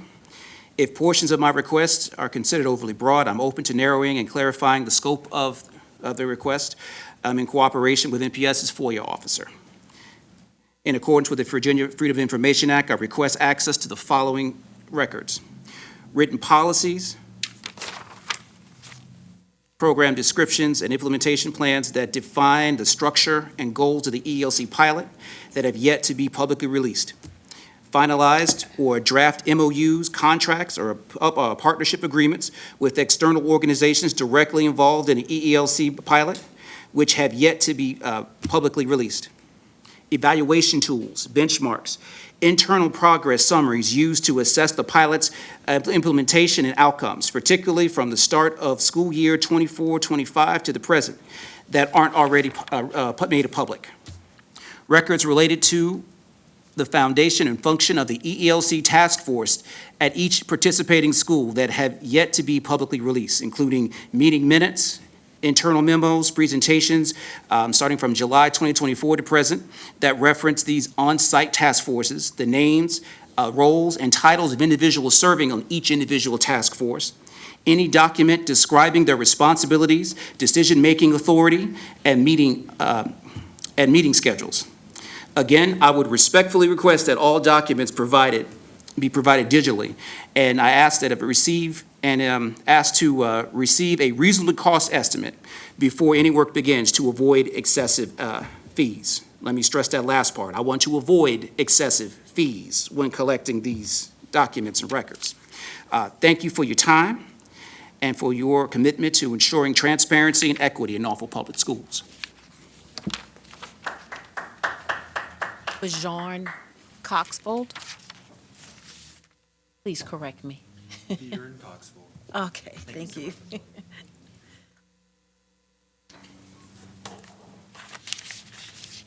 Good evening, everybody. I've had the honor of meeting my two representatives, Ms. Machine and Ms. Thomas. Pleasure to see you again. I have not introduced myself to you as all before, but it's a pleasure to meet you. I do have two girls in the Norfolk Public School System.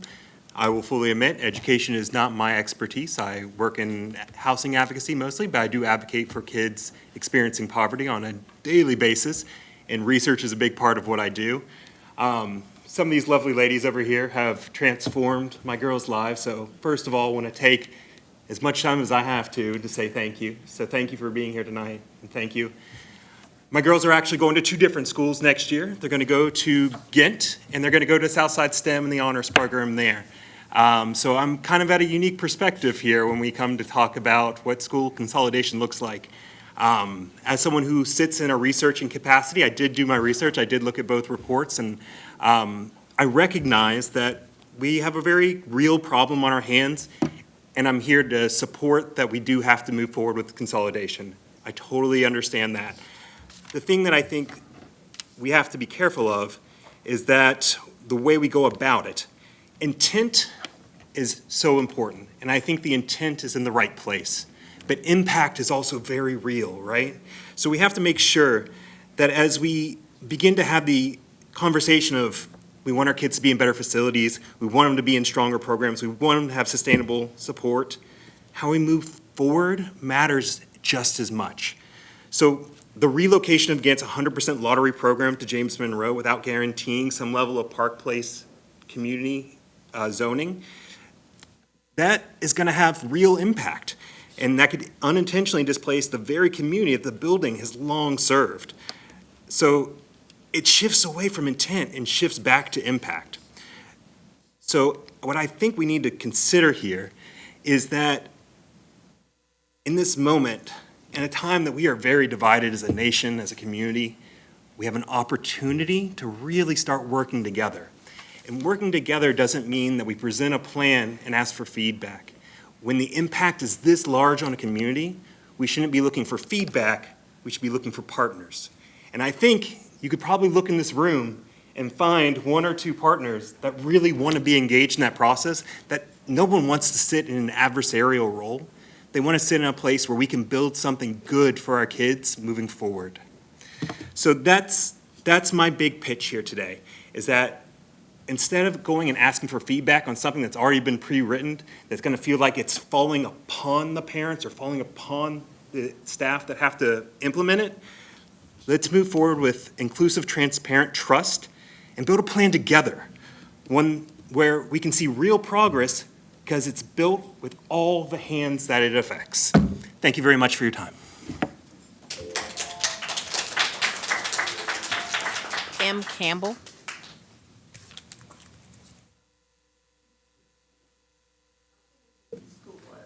You have to go to the podium. She's got to go to the podium. Thanks.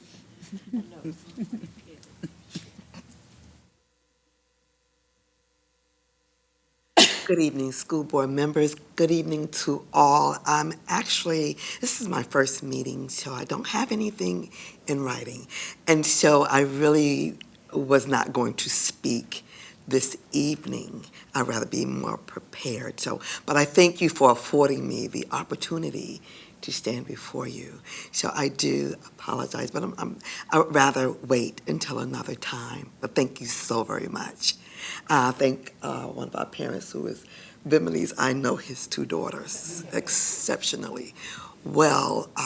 Just beautiful two young ladies that attended our school, the James Monroe. So, well said. Thank you. And I see some other parents. But thank you so much again for affording me the time to come and stand before you. Thank you so much. Thank you. Caitlin Sheets.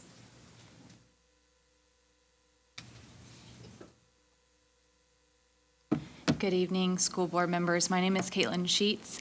I'm a parent of two James Monroe Eagles. And I'm here to speak on the behalf of James Monroe. My family moved here 2 years ago and chose to live in Park Place neighborhood for James Monroe. And the more I have dialogued with my neighbors, I have realized that I am not the only one, and that this is a school of choice. It is a school sought after for its accessibility and neighborhood feel. According to the consultant's maps, James Monroe serves the neighborhood at one of the highest concentrations. This is a special school full of meaningful relationships that these teachers give and meaningful work. It is a school that has increased its enrollment. It is a school that has seen an amazing upward trajectory of test scores. I have an education background and I'm still part-time in education, and I love data. And so looking through the transparent data of James Monroe schools has been astounding. They haven't hidden anything. And they have been on an upward trajectory with that data. And while I love data, I also see the reality of my children and others running into the school board every morning.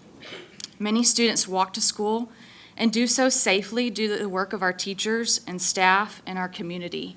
Our teachers and staff have prioritized the accessibility of their building through programs like the Mobile School Bus, enabling students to safely cross streets and navigate our neighborhood while meeting friends on the way.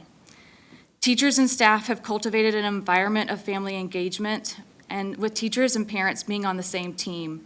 The cheering for our students happens as they enter into the testing season, tutoring times, and concerts. I watched previous Monroe students walk back down by the school at dismissal time because they know they'll be checked on by teachers and staff. The school is doing what is required of them and so much more. This is a true neighborhood school providing equitable access to education in our community. Why would this plan disrupt that? According to your 2021 Facility Master's Plan, your guiding principles were data-driven, engaging the community, trade-up scenarios for students, and equity. And I'm asking that these principles be upheld in this process. Busing Monroe students to other schools is not a trade-up scenario for our students. The data does not seem to support this proposed plan. Placing a school in their own community that they do not have full access to hardly seems like equity. Hear us when we say that we love this place. This is a school of choice. Thank you for your time. And Carl Poole signed up twice, so we have 11 speakers for tonight, and that concludes our speakers. Moving on to agenda item 4.08, the approval of the consent agenda. Can I get a motion to adopt the consent agenda? I move that we adopt the consent agenda. Second. Motion has been put forth by Ms. Moore Buffalo and second by Dr. Martin. Is there any discussion? Yes, That sir. is amended, correct? With the removal of the... That was actually under discussion and decision. It was never on the consent agenda. Okay. But yes, you're correct. The approval of the minutes, Okay, the minutes are taken off the consent agenda before voting. Any further discussion? All right. Ms. Tanner, please call the roll. Basine? Aye. Buffalo? Aye. Inge? Aye. Martin? Aye. Olson? Aye. Thomas? Aye. Calagero? Aye. At this point, I would like to give the floor to Dr. Pohl so he can make it a fantastic announcement. Thank you, Chair DeCalagero. I have the pleasure tonight of reading some small bios for our school board representation from students this year. So I'll start with our school board representative. Athena Ash has been selected as the student representative to Norfolk School Board for the 2025-2026 school year. A rising senior in the International Baccalaureate program at Granby High School, Athena is known for her academic excellence, leadership, and passionate advocacy for student voice. With a cumulative GPA of 4.57, she has excelled in AP and IB coursework while serving in key leadership roles, including president of Key Club, captain of the varsity debate team, and community service coordinator for the National Honor Society. Athena's dedication to public service is deeply rooted in her Norfolk upbringing. I want to be a voice for the students and help play an active role in improving our schools, she shared. She views service on the board as a way to gain valuable experience in government and public administration while giving back to the community that she loves. Athena's teachers and mentors describe her as meticulously organized, a phenomenal facilitator and listener, and someone who consistently exceeds expectation. One recommender wrote, "Her ability to lead, inspire, and affect positive change is truly extraordinary. From her commitment to equity and mental health resources to her drive to elevate the voices of her peers, Athena brings intellect, integrity, and forward-thinking mindset to the role. Congratulations to Ms. Ash. We're looking forward to working with you during the 25-26 school year." I'd also like to introduce our school board alternate student representative, Mariana Chandler Wynn. She has been selected as the alternate student representative for the Norfolk Board for the 25-26 school year. A student at Norview High School and the Norfolk Technical Center, Mariana is a leader in and out of the classroom. She serves as a class leader and a national award-winning cadet in NJROTC, as junior class representative, and is active in Skills USA, the National Technical Honor Society, and multiple youth and service organizations. She aspires to become a dermatologist and entrepreneur in the beauty industry. Mariana's motivation to serve on the school board stems from her desire to help students feel safe, supported, and engaged. "Serving on the school board would allow me to make suggestions on helping students have fun learning," she wrote. She believes education is one of the most important things a human being can have, and hopes to use her creativity and leadership to make a lasting impact. Known for her confidence, empathy, and dedication, Mariana has earned the praise of educators and mentors alike. One recommender described her as a young woman deeply devoted to making a difference wherever she goes, while another noted her ability to lead during the most challenging assignments while making decisions with clarity and thoughtfulness. Mariana brings a thoughtful, compassionate, and courageous voice to the board, one grounded in student experience and committed to positive change. Congratulations to you as well, Ms. Chandler Wynn. We're looking forward to working with you during the 25-26 school year. Thank you, Madam Chair. Thank you.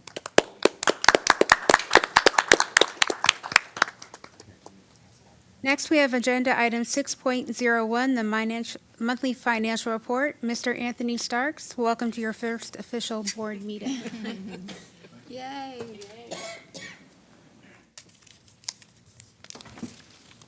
Okay, good evening. School board members, Evening. Dr. Paul. You've all had an opportunity to take a look at the report. I don't think there are any variances that I need to bring to your attention, so we'll get at it.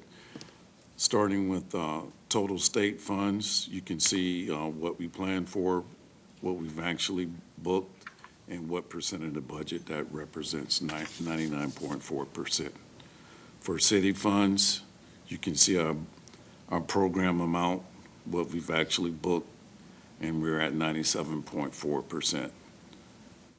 Look at total city funds, you can see that we're at 92.3%. Our total revenues, 98.2%. Our total expended encumbered amount, 96.2%. So we're in a good financial position at this time.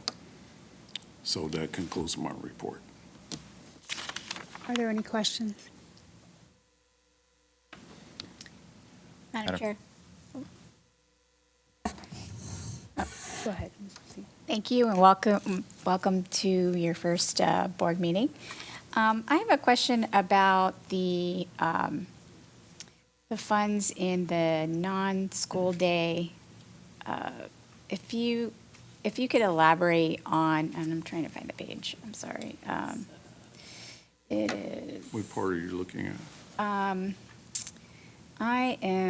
Sorry, I scrolled through and it's on page 7 of the report, non-regular school day. I guess nearly $1 million in employee benefits. Can you expand on the non-regular school day program and just in preparation for this upcoming school year? So you're on page 7, what section again? Page 7, yes, under non-regular school day. Yeah, it's the second category on that page. What's your question, ma'am? So it looks like we were over, like nearly $1 million over than what had been budgeted in that particular for employee benefits. And so my question, and if you don't have that information now, you can get back to me Yeah, about that. I don't have the about- information now, so, Mr. Jenkins, can you take a note for that, and we'll get an answer back for you? Okay, great, thank you. Is that it, ma'am? Are we going to talk about the quarterly, the grant status report separate? Or are you walking through that? Or is that part No, of it? we were not gonna do the grants tonight. They're on the, We are. yeah. Mhm.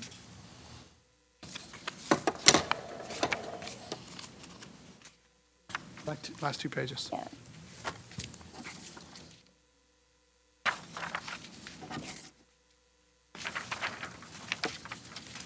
Page 9. Page 9. Page 9. Well, page 9 and 10, right? 9 and 10, correct. Yep, the last two pages.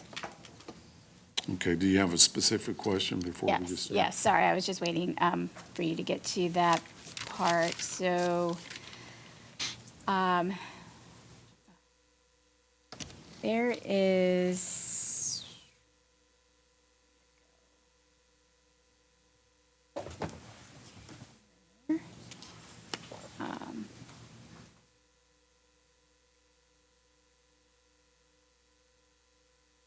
for, let's see. Oh, I'm sorry. So the amount for those that are closing out in September of 2025, we're on par of spending, like for, we're on par for spending whatever is left over. Is that right? Yes, that's Okay. correct. Okay, because I just noticed some with larger amounts for grants that are expiring in 2025, in September of 2025. Dr. Pohl has something he wants to interject. Okay. Oh, yes, Dr. Paul. Thank you very much. Some of the ones that have the higher balances, there are a lot of summer programs going on. So it's Okay. traditional, they're spent during the summertime. Okay, all right, great. Yeah, Thank you for those, that those clarification. amounts will roll over. Okay, Okay. all right, thank you. No other questions at this time? Back, Mr. Inge, you have a question? How did you know I have one? You had your hand Oh, up. boy. Mr. Starks, first off, welcome aboard to Norfolk Public Schools in your official capacity as Chief Financial Officer. Pass that back on down. All right. I just wanted to just get some clarification. So I know, I think you were here at the last meeting, right when you were just got hired to the role to go over the audit that was released. Yes. Have you had an opportunity to look at that audit? I have, sir. Okay, and have you, and the things that in there that are the weaknesses in the audit, I'm assuming that your department will be going through those and ensuring that those types of things do not happen again with like the delays and audits? Absolutely. I can report to the board on last Thursday. Myself, Mr. Jenkins, and Mr. Henry, we met with the city of Norfolk. Okay. To talk about the challenges that occurred during the last audit session. And I've got some work cut out in front of me. Okay. We talked about some of the challenges, and actually I've started working on them with Mr. Fraley here and other people within the staff. So had a real deep focused conversation with them, and my goal is, not to have a repeat. So I think I'll probably have a plan, talk to Dr. Pohl about how we're gonna get at it actually this week. So the intent is, not to have a repeat. Okay. So you'll have a plan of all the things that were the weaknesses, the errors, the things that the auditor said needed to be recommended to change. You will have a plan of action for those? We actually have a corrective action. Oh, you already do have a corrective action already plan? that Okay. was in place, but there are other things that certainly need to be addressed. Okay, all right. All right, Dr. excellent. Dr. Paul, did you want to address anything? I just wanted to, and Mr. Starks mentioned it, he and I have met a couple times about that too, to add focus and the importance of making sure that we're timely this year with the audit. Excellent, excellent. Good to go. Okay, thank you. That concludes my brief.